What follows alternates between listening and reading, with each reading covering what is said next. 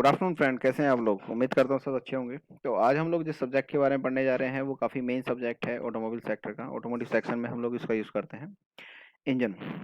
तो इंजन में बेसिकली हमारे पास 4 स्ट्रोक हम लोग यूज़ करते हैं। तो आज मैं आपको ब्रीफिंग से इसके बारे में बताने वाला हूँ और ब्रीफली आप लोग अगर कुछ पूछना चाहते हैं तो इसको कमेंट बॉक्स में ज़रूर डालिएगा और अपनी क्वेरीज का रिजॉल्व करने के लिए इसमें पूछ सकते हैं।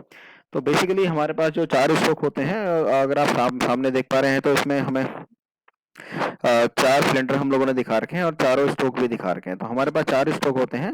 तो 4 स्ट्रोक में जो पहला स्ट्रोक होता है वो होता है हमारे पास सक्शन स्ट्रोक। तो सक्शन स्ट्रोक में जो होता है, अच्छा इसमें सबसे पहले मैं आपको कंपोनेंट दिखा देता हूँ, उसके बाद स्ट्रोक के बारे में बताता हूँ। तो इसके जो कंपोनेंट होते हैं ये उन लोगों के लिए है जो नए हैं, जिनको इंजन के बारे में नहीं पता, या जो लोग बीटेक कर रहे हैं या फिर अपना डिप्लोमा कर रहे हैं, आईटीआई कर रहे हैं, उन लोगों के लिए ये काफ़ी अच्छा सब्जेक्ट हो सकता है।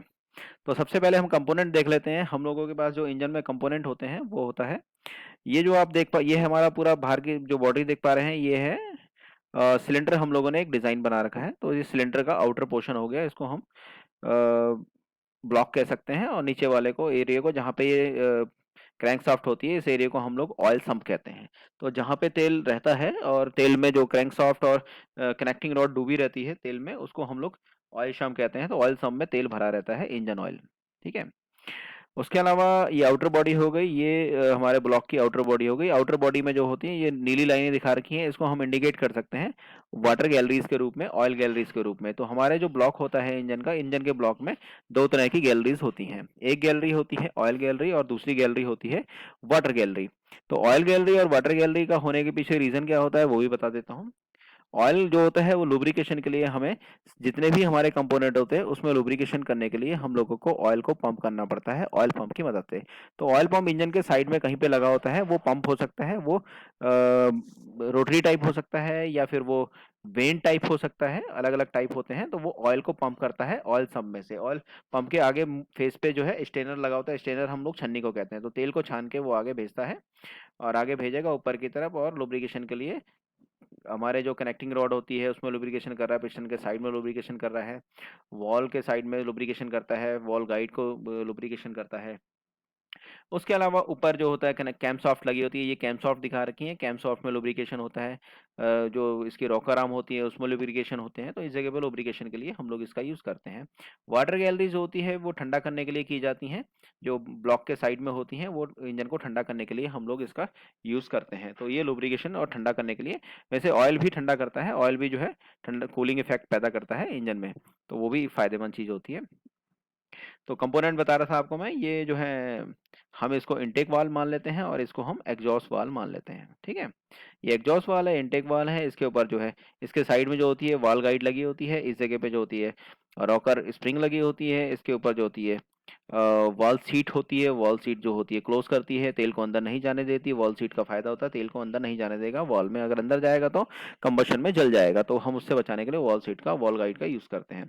उसके ऊपर ये केम का लोब दिखा रखा है। केम का लोब एक तरफ से थोड़ा सा उठा होता है, जब ये ऊपर की तरफ जाएगा तो ये जो वॉल होता है ये फ्री हो जाएगा, ऊपर की तरफ वापस आ जाएगा। और जब वॉल का ये उठा हुआ भाग इस वॉल से टकराएगा तो इस जगह पे वॉल दबेगा और वॉल खुल जाएगा। तो ये इस प्रकार से काम करता है। एग्जॉस्ट और इनटेक वाल्व लगभग कॉमन होते हैं, लेकिन आपको बताना चाहूंगा एग्जॉस्ट का जो इनटेक का जो वाल्व होता है वो बड़ा होता है, फेसिंग बड़ी होती है, तो अधिक मात्रा में हवा चाहिए होती है इसलिए। और एग्जॉस्ट का जो वाल्व होता है वो छोटा होता है, यानी हमेशा इनटेक का वाल्व बड़ा होगा और एग्जॉस्ट का वाल्व छोटा होगा। ये पेट्रोल इंजन दिखा रखा है, इसमें हम लोगों ने स्पार्क प्लग दिखा रखा है। स्पार्क प्लग जो है स्पार्क करेगा और चिंगारी निकालेगा। तो एयर फ्यूल का जो मिक्सचर आएगा उसको कंबशन करने के लिए, उसको जलाने के लिए हमें स्पार्क की जरूरत होगी, जो कि स्पार्क प्लग से हम लोग कर पाते हैं। उसके अलावा ये पिस्टन दिखा रखा है। पिस्टन के साथ, पिस्टन में हम लोग जनरली 3 प्रकार के रिंग यूज करते हैं। सबसे ऊपर वाला रिंग जो होता है वो कंप्रेशन रिंग होता है, उसके बाद स्क्रैपर रिंग होता है, उसके नीचे वाला ऑयल रिंग होता है। तो जब तेल होगा तो तेल को ऊपर पहुंचने से बचाने के लिए, हाँ एक चीज और बताना चाहूंगा, इसके साइड में जो होते हैं, जो जिग-जैग वाले रिंग भी होते हैं, उन रिंग का फायदा क्या होता है कि तेल को यहाँ तक जाने देगा, कंप्रेसर रिंग तक पहुंचने देगा। तो स्क्रैपर रिंग जो है ऑयल को ज्यादा ऊपर नहीं जाने देता, स्क्रैप करके नीचे की तरफ भेजता है। ऑयल रिंग लुब्रिकेशन करने के लिए यहाँ तक लुब्रिकेशन करेगा और इसके बाद लुब्रिकेशन नहीं होने देगा। कंप्रेसर रिंग जो है इसको रोक लेता है और कंप्रेसर जितना भी होता है उसको नीचे की तरफ ना लीक करे, उससे बचने के लिए कंप्रेसर रिंग दी जाता है। ये काफी हार्ड होता है और बाकी वाले जो 2 होते हैं इसके मुकाबले थोड़े सॉफ्ट होते हैं। यहाँ पे हम लोगों ने कनेक्टिंग रॉड को फिक्स करने के लिए पिस्टन के साथ में हम लोगों ने एक गजन पिन दी होती है, इसको हम गजन पिन कहते हैं। और कनेक्टिंग रॉड डायरेक्टली जो होता है वो क्रैंक शाफ्ट से जुड़ा होता है। क्रैंक शाफ्ट जो होता है वो ये इसमें काउंटर वेट यूज किया जाता है, यानी अलग से वेट यूज किया जाता है जो कि मोमेंटम में फायदा देता है। तो कनेक्टिंग रॉड वापस लौट सके, एक भारी वेट चाहिए होता है उसके लिए, इसीलिए हम इसमें क्रैंक वेब देते हैं, हैवी देते हैं क्रैंक शाफ्ट को।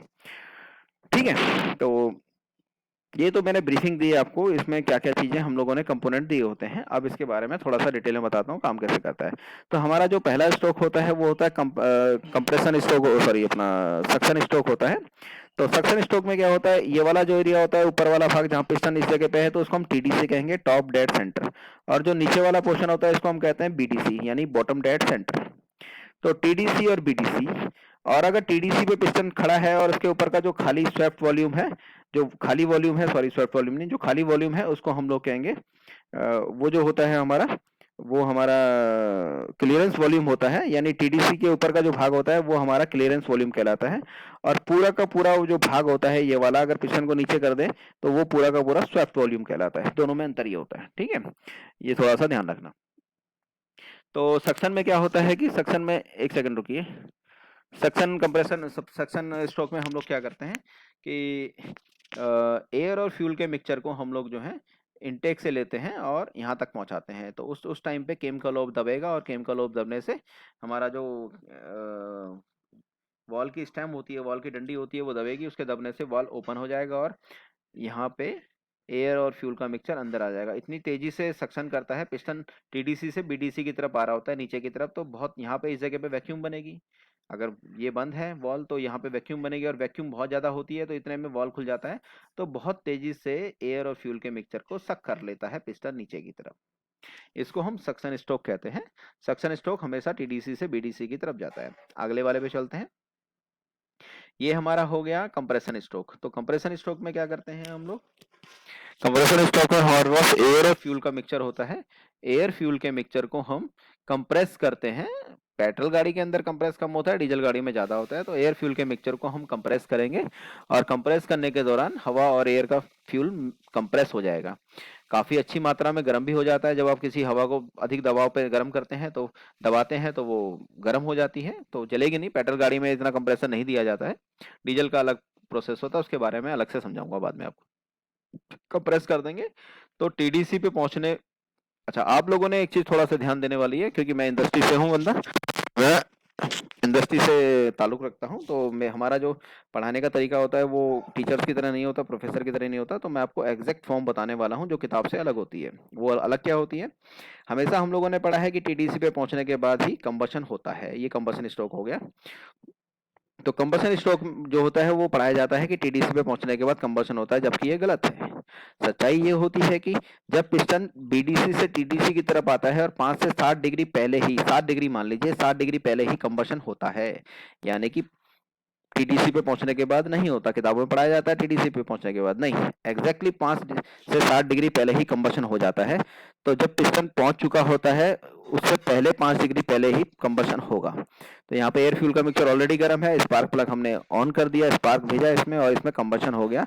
कंबशन होने के 5-7 डिग्री पहले ही, पिस्टन के 5-7 डिग्री पहले पहुंचने से पहले ही कंबशन हो गया, और यहाँ पे क्या होगा, एक रिटर्न फोर्स पैदा होगी पिस्टन के ऊपर, क्योंकि एक मोमेंटम भी चाहिए। अगर टीडीसी पे पहुंचने के बाद हम कंबशन करेंगे तो यहाँ पे वाइब्रेशन बढ़ेगी, पिस्टन पे वाइब्रेशन बढ़ेगी तो केम में बढ़ेगी, और केम में बढ़ेगी तो फिर फ्लाई व्हील में बढ़ेगी, और गाड़ी में वाइब्रेशन बढ़ जाएगी और मोमेंटम भी खराब हो जाएगा। तो मोमेंटम को बेटर रखने के लिए हम लोग 5 डिग्री पहले, 7 डिग्री पहले ही कंबशन करते हैं। इसीलिए हम लोग कहते हैं कि all engine are configured in advance position, we are configured advance position पे हम लोग करते हैं। एडवांस का मतलब होता है 5-7 डिग्री पहले ही कंबशन कर देना, उसको एडवांस कहते हैं। तो कोई भी इंजन को आप उठाएं तो वो एडवांस डिग्री 5 से 7 डिग्री पे ही कंबशन करता है, ना कि टीडीसी पे पहुंचने के बाद। तो किताबों को मैं थोड़ा सा झूठ नहीं बोलता, लेकिन ये कहता हूँ कि हम लोगों को जो देखा जाता है उसके मुकाबले यहाँ पे एग्जैक्ट पोजीशन एडवांस पे ही रखी जाती है, जो एक्चुअल पोजीशन होती है।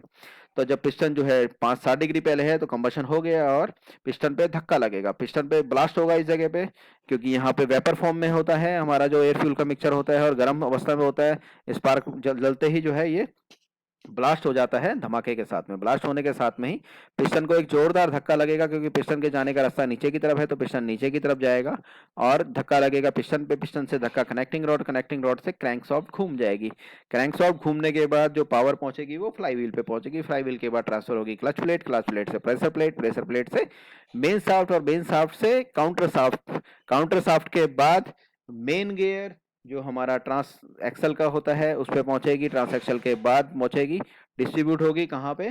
केज में। केज के बाद केज के अंदर क्या होता है? केज के अंदर होता है सन गियर, स्टार गियर, उसके बाद एक्सल पे और एक्सल के बाद टायरों पे, आप जानते हैं।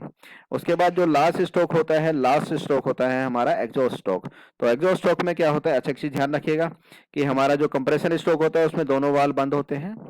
हमारा जो इनटेक पहला स्ट्रोक था कंप्रेशन स्ट्रोक, सक्शन स्ट्रोक, उसमें इनटेक वाल्व खुला था। कंप्रेशन स्ट्रोक में दोनों वाल्व बंद होंगे और कंबशन स्ट्रोक में भी दोनों वाल्व बंद होंगे। लेकिन हमारा जो एग्जॉस्ट स्ट्रोक होगा उसके अंदर एग्जॉस्ट का वाल्व ओपन हो जाएगा। एग्जॉस्ट का वाल्व ओपन होते ही एग्जॉस्ट गैसें जलने के बाद बाहर निकल जाएंगी। उस और पिस्टन की मूवमेंट क्या होगी? पिस्टन पहले नीचे जा रहा था अपना कंबशन में, अब हमारा जो है पिस्टन नीचे से ऊपर की तरफ आ रहा है और एग्जॉस्ट गैसेस उसके धक्के से बाहर निकल जाएंगी। तो एग्जॉस्ट गैसेस जलने के बाद एग्जॉस्ट वाल्व से बाहर निकल जाएंगी, उसके बाद एग्जॉस्ट वाल्व बंद हो जाता है। तो ये हमारे 4 स्ट्रोक पूरे हो गए। हमेशा ध्यान रखिएगा कि इनटेक में हमारे मतलब सक्शन स्ट्रोक में हमारा जो है इनटेक का वाल्व खुला होगा, कंप्रेशन में दोनों वाल्व बंद होंगे, कंबशन में दोनों वाल्व बंद होंगे और एग्जॉस्ट स्ट्रोक में एग्जॉस्ट वाल्व खुला होगा। ये ध्यान रखिएगा। अच्छा, एक क्वेश्चन आपसे करना है, आप रिप्लाई दीजिएगा कि बीएचपी जो होती है वो काउंट कैसे की जाती है। क्वेश्चन आपसे पूछ रहा हूं मैं, बीएचपी काउंट कैसे होती है? कमेंट बॉक्स में जरूर दीजिएगा। और बीएचपी कहाँ पे रिसीव होती है? मैं इसका जवाब जरूर दूंगा आपको अगर आप क्वेश्चन करेंगे तो। ठीक है, बीएचपी कहाँ रिसीव होती है हमें गाड़ी में, उसके अलावा बीएचपी की फुल फॉर्म क्या होती है, बीएचपी को हम कैसे निकालते हैं, इसके बारे में जरूर बताइएगा। मैं आपसे क्वेश्चन कर रहा हूँ, आंसर दीजिएगा। और अगर जो लोग लाइव आना चाहते हैं मुझे रिक्वेस्ट भेजिएगा, मैं लाइव भी आ सकता हूँ और उसके बाद लाइव सेशन भी चला सकता हूँ, लेकिन time to time Saturday Sunday रहेगा, उसके अलावा लाइव सेशन नहीं हो पाएगा। धन्यवाद।